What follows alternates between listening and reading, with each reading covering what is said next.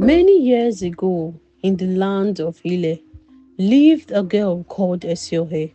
Eseohe was a beautiful young girl of 16. She was known in her village as a kind and responsible young girl. From a young age, she had been taught by her parents the value of obedience and service, and she embraced the virtue wholeheartedly. She carried out her duties with diligence and without complaint. Her morning often began before the rooster crowed. While others still slept, Eseohe was already fetching water from the stream or sweeping the dusty floor in front of her father's compound. She moved quickly and efficiently, ensuring everything was in order before heading to the marketplace with her mother. Eseohe's helpfulness extended beyond her family. If an elderly neighbor needed firewood, Eseohe was the first to volunteer. If a child fell ill, she would run tirelessly between homes, gathering herbs from healers and fetching water to cool their fever. Eseohe loved to help those who couldn't help themselves. Her selflessness earned her the love and admiration of everyone in the community. So one day, it was late in the afternoon and Eseohe was cooking. She knelt down by a crackling fire, her hands stirring and simmering a pot of yam and pepper soup.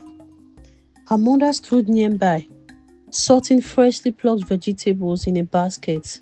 Eseohe, her mother called out. Go to the stream and fetch some water. We'll need it for washing after eating. Without hesitation, Eseohe rose to her feet, wiping her hands on her wrapper. Yes, Mama, she answered dutifully, covering the pot with a lid to keep the food warm. Don't be long, Eseohe's mother cautioned. Okay, Mama, Eseohe replied with a respectful nod, balancing the clay pot expertly on her head. Eseohe set off towards the stream. As she ventured deeper into the forest, the lively sounds of the day began to fade. The chatter of birds grew quieter, and the gentle rustling of leaves turned into an unnerving stillness. It was as if the forest itself was holding its breath, unaware of the danger that lay ahead. Eseohe pressed on, determined to complete her task and return to her family. She had no idea that this journey would change her life forever. As Eseohe walked deeper and deeper, she heard noises from a nearby bush. Eseohe slowed her pace. She glanced over her shoulders, but saw nothing unusual. Suddenly, from under the bush, 3 figures emerged. They were dressed in the fine embroidered robe of palace servants, but their faces were hardened. Before Eseohe could react, one of them stepped forward, blocking her path. Hey, young girl, where are you going? The man asked, his tone cold and calculated. Eseohe's heart raced, but she forced herself to remain calm. To fetch water for my family, she replied. You will come with us to the palace. Another man said, stepping closer. Fear coursed through her veins. Why? I've done nothing wrong, she exclaimed. You have done nothing wrong yet, said one of the palace guard. The king sees you as a threat to his throne, and he has summoned you to the palace. You are coming with us now. Eseohe's eyes widened in shock. A threat to the king. How could she, a simple village girl, pose any danger to a man as powerful as Onoji Okuta? Without warning, one of the men lunged forward, yanking the pot from her head and shattering it against the ground. Another grabbed her wrist, binding them tightly with rough ropes. She kicked and struggled, but the men were too strong. Let me go, she screamed, her voice echoing through the forest. Her cries went unanswered. The men moved swiftly, muffling her protest with a cloth as he dragged her through the forest and into the dense undergrowth. The forest seemed to close in around her. There was no hope of escape. The king Okuta had always been a figure of fear in the village. His reign was marked by whispers of dark deeds and ruthless acts to maintain his power. But why her? Why had he sent these men to capture her? Earlier that day, King Okuta had gone to consult the evil chief priest of Ile Kingdom. King Okuta sat on a low wooden stool, his fingers drumming impatiently against the staff in his hand. The shrine was a foreboding place. Its walls covered the ancient carvings and smeared with blood from countless sacrifices. Across from him stood Obo, the kingdom's high priest, draped in a tattered ceremonial robes that once might have been white. Obo was known for his willingness to bend the God's will to suit his own interests. Obo was both feared and despised among the people, though not dared to say anything out. I have come to seek the wisdom of the gods. His deep voice filling the room. My enemies have grown restless, and the people have begun to whisper in corners. My throne must remain unchallenged. Obo nodded solemnly with a smirk on his face. Onoje, the gods have seen it all. They have the answers that you seek. The chief priest moved to the center of the room, where a shallow clay bowl rested on the ground. Inside was a mixture of water, palm oil, and powdered herbs. He began chanting on a low, rhythmic voice, his hands hovering over the bowl. Onoji Okuta watched intently as Obo's voice grew louder, the chant rising and falling. After a long silence, Obo leaned closer to the bowl.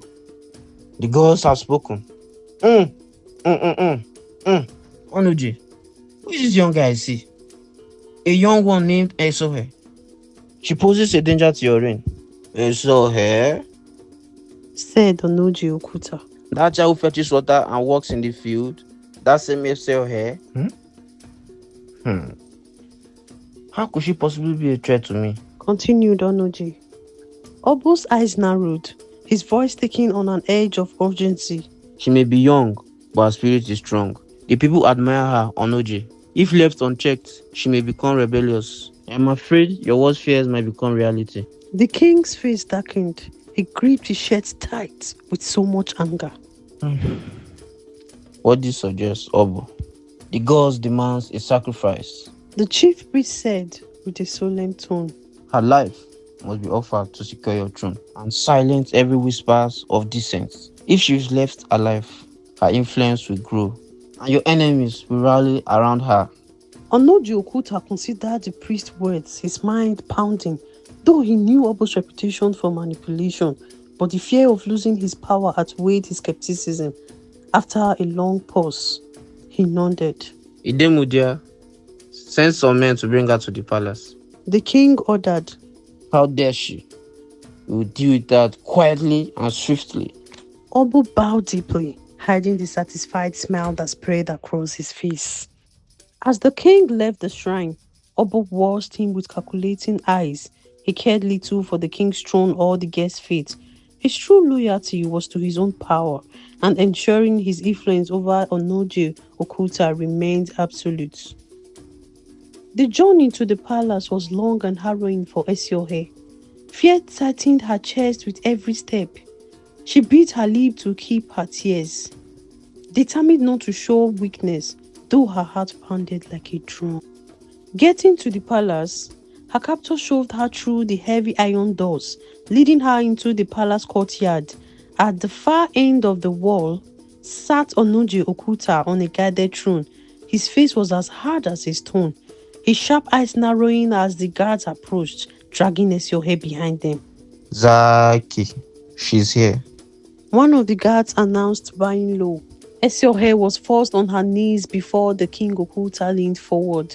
His expression twisted with anger and disdain as he studied her. So, he said, his voice cold and sharp. This is the girl who dares to threaten my reign? Oh, Awa. Eseohe'S brows frowned in confusion. I do not understand, my king, she cried. I am but a simple villager. I've done nothing to challenge your rule. The king slammed his fist against the arm of his throne, the sound echoing through the hall. Do not play innocent to me. He shouted.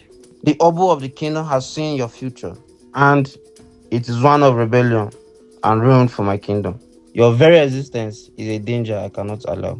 Eseohe'S heart sank as realization dawned on her. She swallowed hard, her mind racing for a way to defend herself, but the king's fury left no room for arguments. You will be dealt with tonight. The Onoje declared.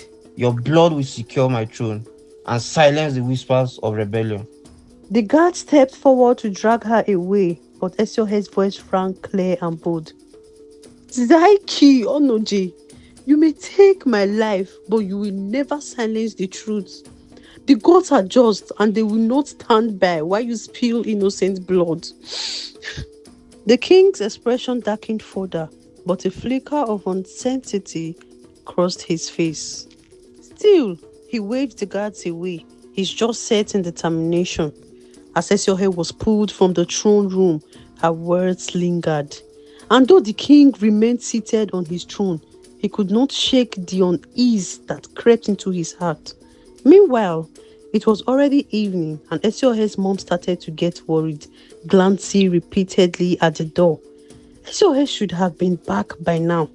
It had been hours since Ejodame, Eseohe's mother, had sent her daughter to the stream to fetch water. Where could she be? Ejodame muttered to herself, her brows furrowed with concerns. She stepped outside and scanned the darkening path that led to the stream. Her husband, sitting on a wooden stool nearby, noticed her unease. Ejodame, come inside, He said, his voice calm but firm. Eseohe is a responsible child. She will come home soon. But Ejodame shook her head. Something is definitely wrong, she replied, her voice trembling. She's never been this late before. Her worries quickly turned into resolve. Grabbing a wrapper to wrap around her shoulders, she stepped into the night.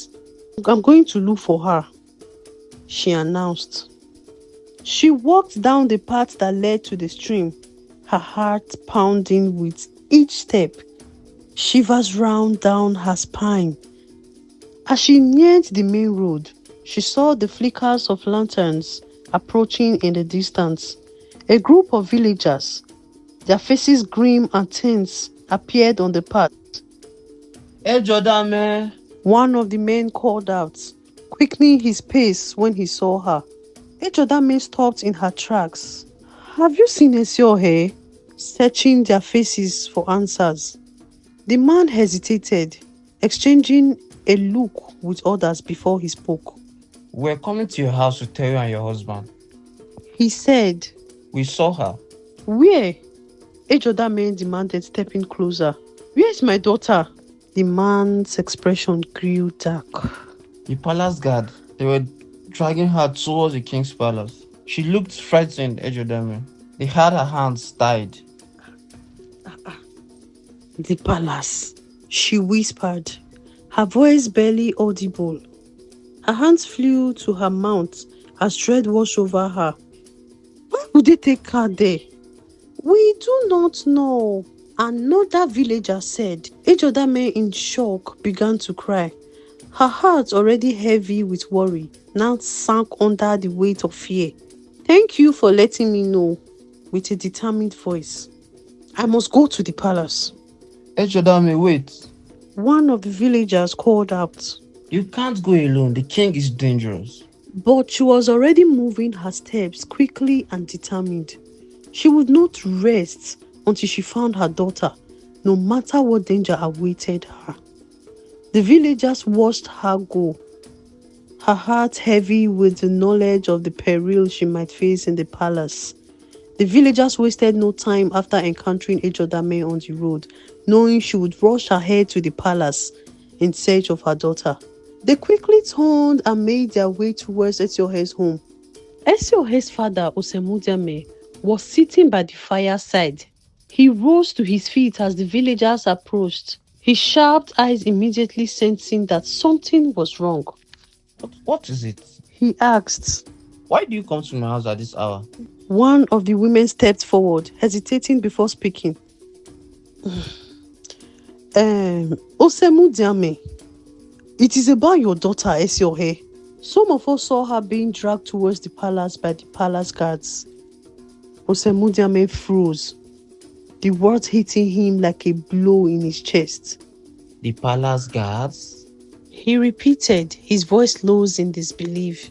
What could the king want with my child? The woman shook her head. We don't know. But she was bound, Osemu. They sure did not take her as a guest though. A storm of emotions swept over Osemudiame.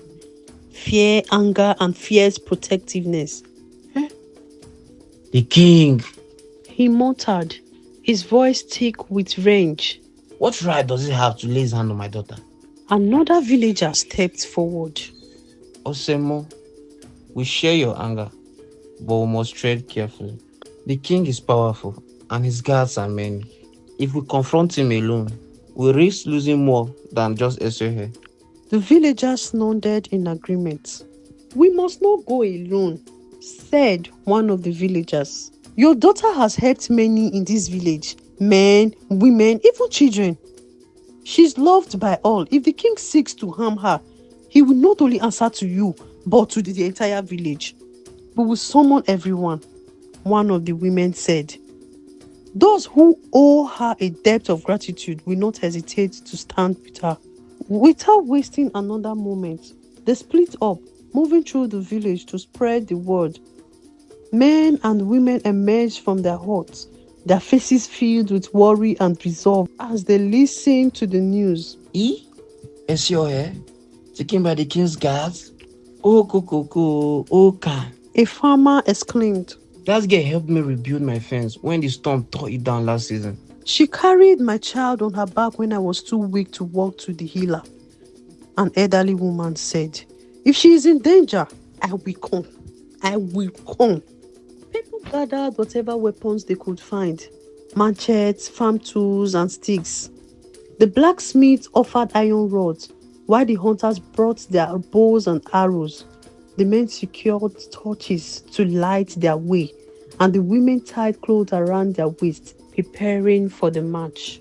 A crowd had formed outside Osemudiame's compound. Osemu stepped forward with a strong and steady voice. He said, the king may sit on his throne, but he will know tonight that his powers does not extend over the innocent. The villagers raised their weapons and voices in agreement, their cries echoing through the night. We no go green, yo, we no go green. We no go green, yo, we no go green. We no go green, yo, we no go green. We no go green, yo, we no go green. Ejodame reached the palace gates. There her worst fears were confirmed. Eseohe was bound and kneeling on an elevated stone altar, her tear-streaked face illuminated by the flickering light of torches. Around her, the palace guards stood in a circle, their faces expressionless. Onoje Okuta and the corrupt priest presided over the scene. The sound of drums, chants, and murmur decantation grew louder. The priest holding a sharp ceremonial blade while muttering incantation. No, please no. Ejodame screamed, rushing forward. That is my child. Leave her alone. Her sudden appearance startled the guards. For a moment, all movements were ceased, but the king's cold, angry voice cut through the air. Seize her. Onoje commanded. Two guards grabbed Ejodame before she could reach Eseohe.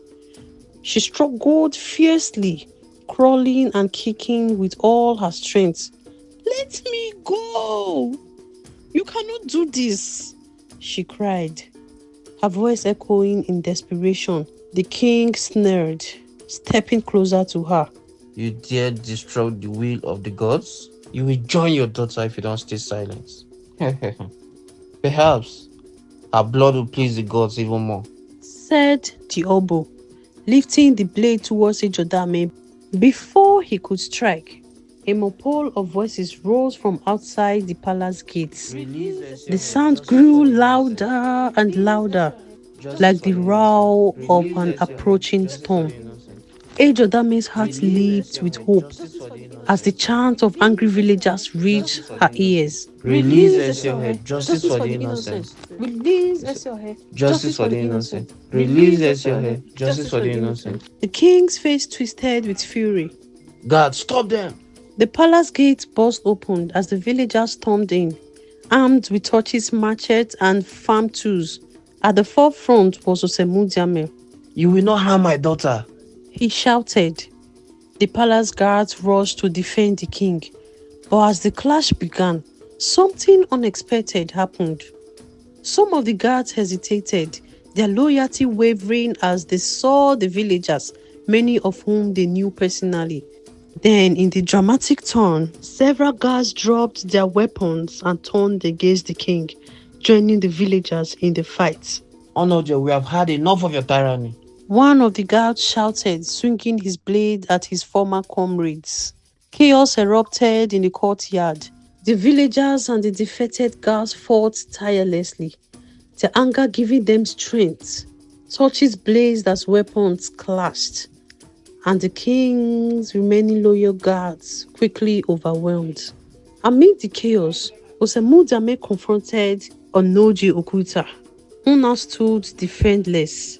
Your reign of terror ends tonight. He declared, raising his machete.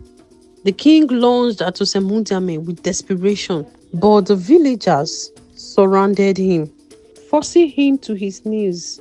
Meanwhile, the chief priest tried to flee, clutching his ceremonial blade, but he was cornered by the defected soldiers. You have deceived us for the longest time now. One of them growled before striking him down. With the priest and the king defeated, the courtyard fell silent except for the heavy breathing of the villagers. Osemudame ran to the altar and freed Eseohe, gathering her trembling form into his arm. Ejodame ran and embraced her daughter, tears of relief streaming down her face. One of the old villagers stepped forward, his voice strong and resolute. The gods have spoken through our victory tonight. Osemudeme, you have shown courage and wisdom tonight. You shall be the new king of Ile Kingdom, a just and honorable leader. The villagers cheered in agreement, their voices ringing out in the night. They lifted Osemudame onto their shoulders, chanting his name as they carried him through the palace. Eseohe and Ejodame followed, their family finally reunited. From that day on, Osemudame ruled with fairness and compassion, restoring peace to the kingdom. Eseohe, whose courage and kindness had inspired so many, became a symbol of hope for the people. Thank you for watching. Please like and subscribe.